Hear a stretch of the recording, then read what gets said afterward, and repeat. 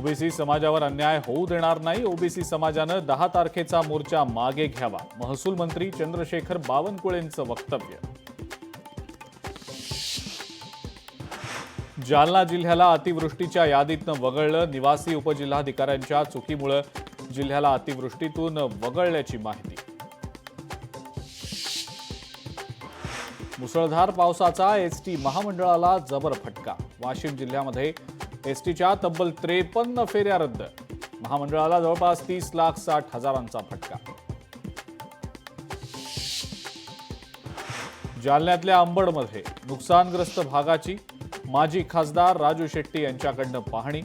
ओला दुष्काळ जाहीर करून कर्जमाफी द्या, राजू शेट्टींची मागणी.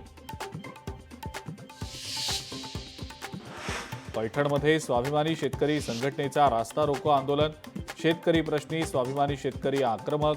शेतकऱ्यांच्या विविध मागण्यांचं प्रशासनाला दिलं निवेदन. नाशिकमधनं सर्वाधिक पाणी मराठवाड्याला.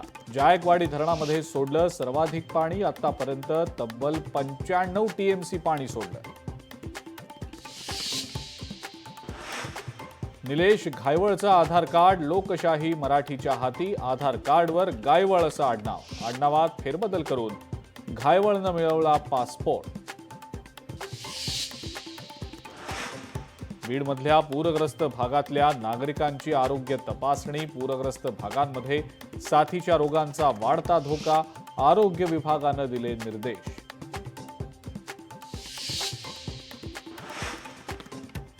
ज्येष्ठ अभिनेत्री संध्या शांताराम यांचं निधन. वयाच्या 87व्या वर्षी घेतला अखेरचा श्वास.